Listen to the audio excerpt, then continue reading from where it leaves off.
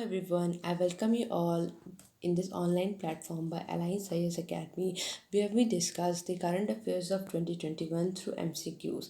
And today we are in our 14th day session. So I hope आप लोग सब तैयार होंगे. I wish you all a very good luck for today's session.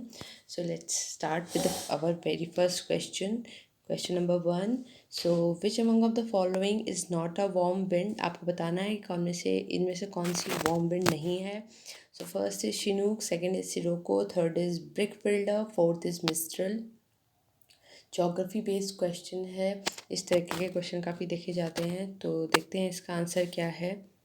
सो इसका answer आपका D, which means आपका mistral जो है वो आपकी वार्म विंड नहीं है, बिकॉज ये आपकी कोल्ड विंड है.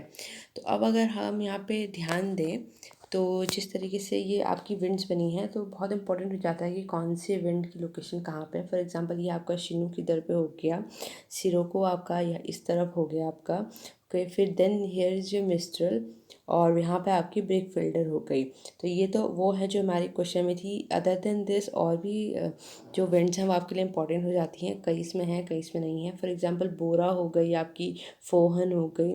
और अगर आपने शिनूक सुना होगा तो शिनूक एक आपका डिफेंस एक वो भी है आपका यूएस के द्वारा बनाया गया, तो इसलिए इम्पोर्टेंट हो जाता है. और फिर उसके बाद ये पाम्पेरो हो गया, यहाँ पे सदर्ली इधर हो गई, बर्ग हो गए.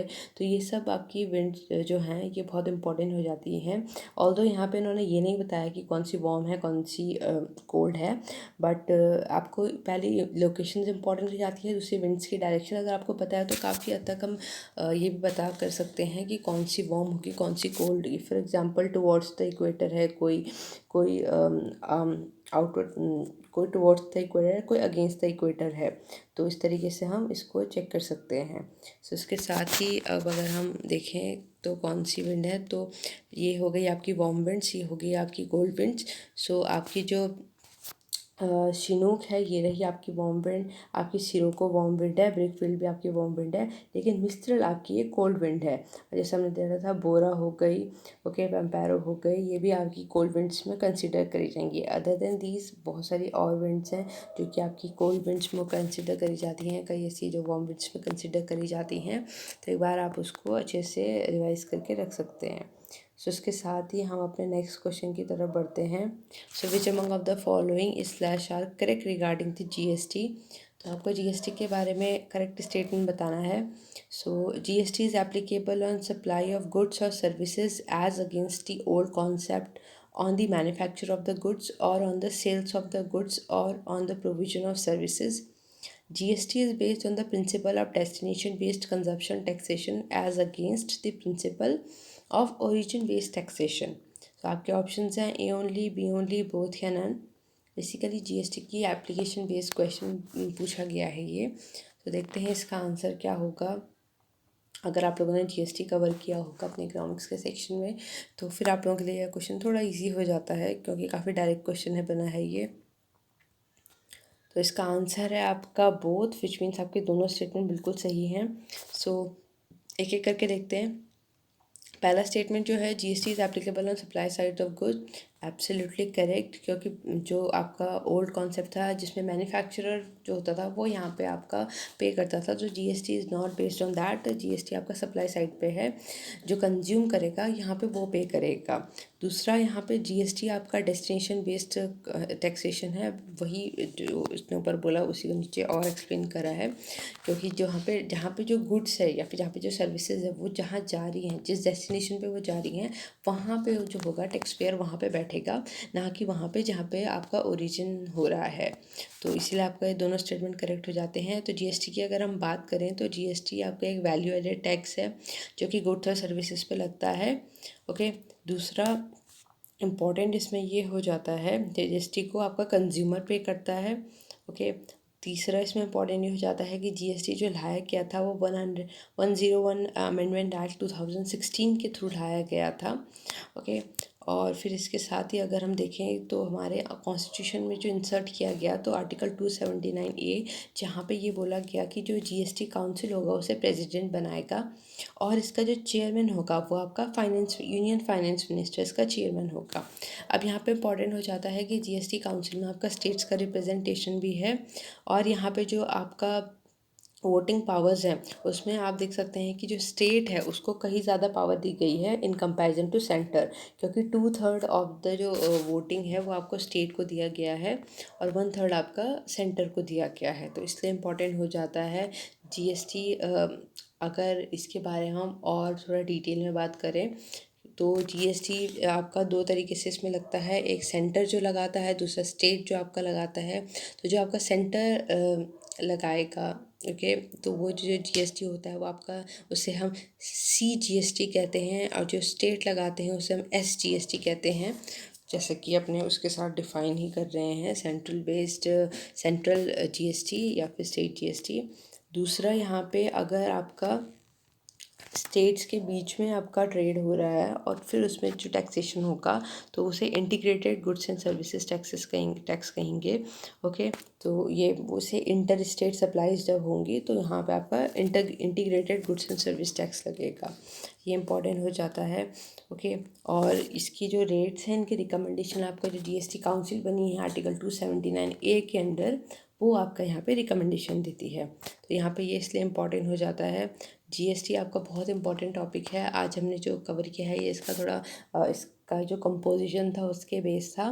धीरे धीरे हम ट्राई करेंगे कि इसको थोड़ा और अच्छे से क्लियर करें। फॉर एग्जांपल इसमें इंपॉर्टेंट हो जाता है कि जीएसटी के अंदर कौन कौन से गुड्स आते हैं, कौन कौन से नहीं आते हैं, कौन कौन सी ऐसी चीज़ें हैं जो जीएसटी के अंदर नहीं आती हैं, तो वो इम्पॉर्टेंट हो जाती हैं। और आगे फर्दर ऑन हम देखेंगे कि किस तरीके से जीएसटी न्यूज़ में क्यों था, क्योंकि जो जीएसटी का कंपनसेशन होता है आपका, क्योंकि जब जीएसटी लागू किया गया था तो स्टेट्स को उस टाइम पे ये बोला गया था सेंटर के थ्रू कि आपको हर साल इतना कंपनसेट किया जाएगा, क्योंकि जब जब कोई भी नया रिफॉर्म इनिशियली इम्पोज किया जाता है तो इनिशियली जो होता है उससे थोड़ा सा नुकसान तो होता है। तो इसके लिए एक कंपनसेशन आपका देना स्टार्ट किया था सेंटर ने, बट बाद में धीरे धीरे आपका वो कंपनसेशन सेंट्रल के लिए ही बर्डन बन गया, तो इस वजह से ये फिर न्यूज़ का पार्ट आपका बन जाता है। तो इसके देखते हैं अब आगे हम इसको धीरे धीरे डिस्कस करेंगे, तो वो भी फिर एक आपका डिस्कशन का पार्ट बन जाता है कि कंपनसेशन जो होता है वो कैसे देगा आपका सेंटर। तो वो कंपनसेशन जो होता है वो उसे कंपनसेशन सेस लगा के अब सेंटर उसको पे करता है। तो फिर उसमें फिर और बहुत चीज़ें जाती हैं, उसे हम धीरे धीरे आके डिस्कस करेंगे। इसके साथ ही अपने नेक्स्ट क्वेश्चन की तरफ बढ़ते हैं। So which among of the following is are incorrect बताना है। तो the defence acquisition council is the highest decision making body in defence ministry for deciding on new policies and capital acquisition for 3 services. The Minister of Defense is the chairman of the council. A only, B only, both, या none? So basically this is a question related to the defense sector. The procurement process and all it is related to that. So let's see what's the answer. So इसका answer आपका none, which means दोनों statement बिल्कुल सही है। So the first statement says that it is the highest decision making body. It is absolutely correct. It is. And then it comes under Minister of Defense. It's obvious because it is related to defense. Then its chairman is the Minister of Defense. Absolutely correct. यहाँ पे हम confuse मत करिएगा कि कहीं इसका chairman जो आपका CDS जो नई पोस्ट बनी है, चीफ ऑफ डिफेंस स्टाफ, तो वो कहीं इसमें आपका चेयरमैन ना हो, वो नहीं होंगे इसमें। चेयरमैन आपके मिनिस्टर ऑफ डिफेंस होंगे। सो इसके साथ ही ये जो बना था आपका, ये आपका बना था आफ्टर रिकमेंडेशन जो आपकी पोस्ट कारगिल वॉर जो आपकी एक कमेटी बनी थी, ग्रुप ऑफ मिनिस्टर्स ने रिकमेंड किया था, सॉरी ये, ठीक है। तो reforming the national security system 2008, क्योंकि उस टाइम पे जिस तरीके से आपका कोऑर्डिनेशन जो तीनों सर्विसेज के बीच में था, तो इसको ध्यान में रखते हुए ये चीज़ों पे काम किया गया था। सो इसके साथ ही अपने नेक्स्ट क्वेश्चन की तरफ बढ़ते हैं। सो P-81 which was in news recently is, आपको बताना है कि P-81 क्या है। सो फर्स्ट है आपका genetically modified P variety, second is satellite system, third is a newly discover radio active element, या फोर्थ इज एयरक्राफ्ट। तो देखते हैं इसका आंसर क्या है। अगर आप न्यूज़ कवर कर रहे हैं तो आपको बिल्कुल पता होगा, बहुत डायरेक्ट क्वेश्चन बन जाता है फिर आपके लिए। तो देखते हैं इसका आंसर क्या है। इसका आंसर आपका डी, विच इज़ मीन ये एक एयरक्राफ्ट है। तो जैसे कि आपको दिख रहा है ये एक एयरक्राफ्ट है। किसने बनाया है? ये आपका यूएस जो है, यूएस के थ्रू डेवलप्ड एक long range anti submarine warfare है। एंटी सरफेस इंटेलिजेंस सर्विलांस इन सब के लिए ये आपका यूज़ होता है, बहुत इंपॉर्टेंट हो जाता है। इंडियन नेवी इसका यूज़ करती है, इसलिए इंपॉर्टेंट हो जाता है ये। तो इसके साथ ही हम अपने नेक्स्ट क्वेश्चन की तरफ बढ़ते हैं। So the central drugs standard और control organisation under ministry of chemicals and fertilisers is the national regulatory authority of India. Second is the CDSCO, along the state regulators, is jointly responsible for the grant of license of the central specialized categories of critical drugs. आपको correct statement बताना है, A only, B only, both या none. तो देखते हैं इसका answer क्या होगा। अगर आपने, क्योंकि वैक्सीनेशन ड्राइव जो है वो चल रही है, उस वजह से आपका फार्मास्यूटिकल सेक्टर आपका इम्पॉर्टेंट हो जाता है। देखते हैं इसका इम्पोर्टेंट आंसर क्या है। इसका आंसर आपका बी ओनली, विच मीन्स आपका पहला स्टेटमेंट गलत है, क्योंकि यहाँ पे केमिकल एंड फर्टिलाइज़र नहीं, आपका ministry of health and family welfare आएगा। तो बाकी स्टेटमेंट बिल्कुल सही है कि आपकी एक नेशनल रेगुलेटरी अथॉरिटी है, और दूसरा भी बिल्कुल सही है कि ये आपका स्टेट रेगुलेटर्स के साथ मिलकर लाइसेंस ग्रांट करती है क्रिटिकल ड्रग्स के लिए, जिससे आपके आईवी फ्लूइड्स हो गए, वैक्सीन हो गए, सेरा हो गए, इन सब के लिए। सो उसके साथ ही अगर हम इसकी और बात करें तो जो ये CDSC है, ये आपका न्यू ड्रग्स को अप्रूव भी करता है, कंडक्ट ऑफ क्लिनिकल ट्रायल्स को भी अप्रूव करता है, ये ड्रग्स के स्टैंडर्ड्स को बताता है किस तरीके से होने चाहिए, और ये और एक्टिविटीज़, फॉर एग्जांपल कोऑर्डिनेशन जो हो गए आपके स्टेट ड्रग कंट्रोल ऑर्गेनाइजेशंस के बीच में, उनको इसको रखता है। सो आप इसको एक बार पॉज करके पढ़ सकते हैं, इसकी जितने भी आपके काम हैं। उसके साथ ही अपने नेक्स्ट क्वेश्चन की तरफ बढ़ते हैं। Index of industrial production is released by, आपको बताना है कि इसको रिलीज़ कौन करता है। तो पहला है आपका ministry of commerce and industry, दूसरा है ministry of statics and programme implementation, third one is ministry of corporate affairs, या fourth one is none of the above. देखते हैं इसका आंसर क्या है। तो इसका आंसर आपका B, which means ministry of statics and programme implementation. तो देखते हैं, ये बेसिकली ये आपका CSO निकालता है, which is the central statistical organisation, जो कि आपका मॉस्पी के अंदर आता है। MoSPI stands for ministry of statics and programme implementation. अभी जो आपका इंडेक्स होता है, इसमें आपका डिफरेंट इंडस्ट्री ग्रुप के ग्रोथ रेट्स को बताया जाता है एक फिक्स पीरियड के लिए, और यहाँ पे जो बेस ईयर रखा गया है वो आपका 2011 एंड 12 रखा गया है। सो ये इंपॉर्टेंट हो जाता है कि इसमें बेस ईयर क्या रखा गया है। और ये कि इसको रिलीज़ कौन करता है। ये बेसिकली आपका ओनली मेजर है जो कि आपका फिज़िकल वॉल्यूम, प्रोडक्शन के फिज़िकल वॉल्यूम को आपका मेजर करता है, और ये बहुत आपका रेलिवेंट है एक तरीके से, क्योंकि आपका GDP कैलकुलेशन में आपका बहुत यूज़फुल होता है। तो यहाँ पे आपका इम्पॉर्टेंट चीज़ें ये हो जाती हैं कि ये आपका किस किस चीज़ों को मेजर करता है, तो वो इम्पॉर्टेंट हो जाता है। इसके साथ ही अपने नेक्स्ट क्वेश्चन की तरफ बढ़ते हैं। Kigali agreement, Kigali amendment is associated, आपको बताना है कि किगाली अमेंडमेंट किस चीज़ से एसोसिएट करता है। Bonn convention, Paris agreement, Montreal protocol, या फिर none of the above. Environment base जो हम कन्वेंशंस की सीरीज इसमें कर रहे हैं, उसमें ये आपका पार्ट हो जाता है। तो देखते हैं इसका आंसर क्या है। अगर आपने ये सब पहले से पढ़े हैं तो आपको पता होगा कि इसका आंसर क्या है। तो इसका आंसर आपका सी, क्योंकि किगाली एग्रीमेंट आपका मॉन्ट्रियल प्रोटोकॉल से रिलेट करता है, और मॉन्ट्रियल प्रोटोकॉल जो है आपका, ये आपका जितने भी आपके हाइड्रोफ्लोरोकार्बन होते हैं उनसे रिलेट करता है।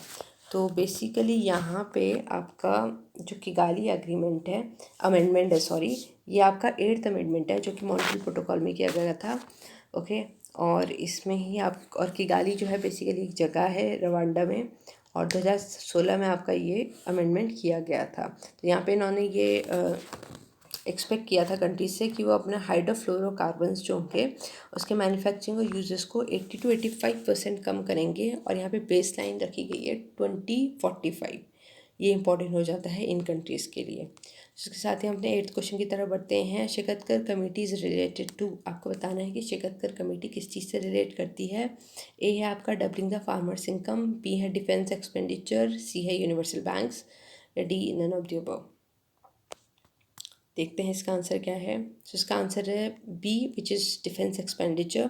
सो बेसिकली 2015 में आपका ये शिकतकर कमेटी बनी थी और इसका काम जो था वो ये था कि जो कॉम्बैट कैपेबिलिटी और डिफेंस एक्सपेंडिचर जो आर्म्ड फोर्सेस का है उसको एक तरीके से ये रीड करे और उससे रिलेटेड कई रिकमेंडेशंस दे।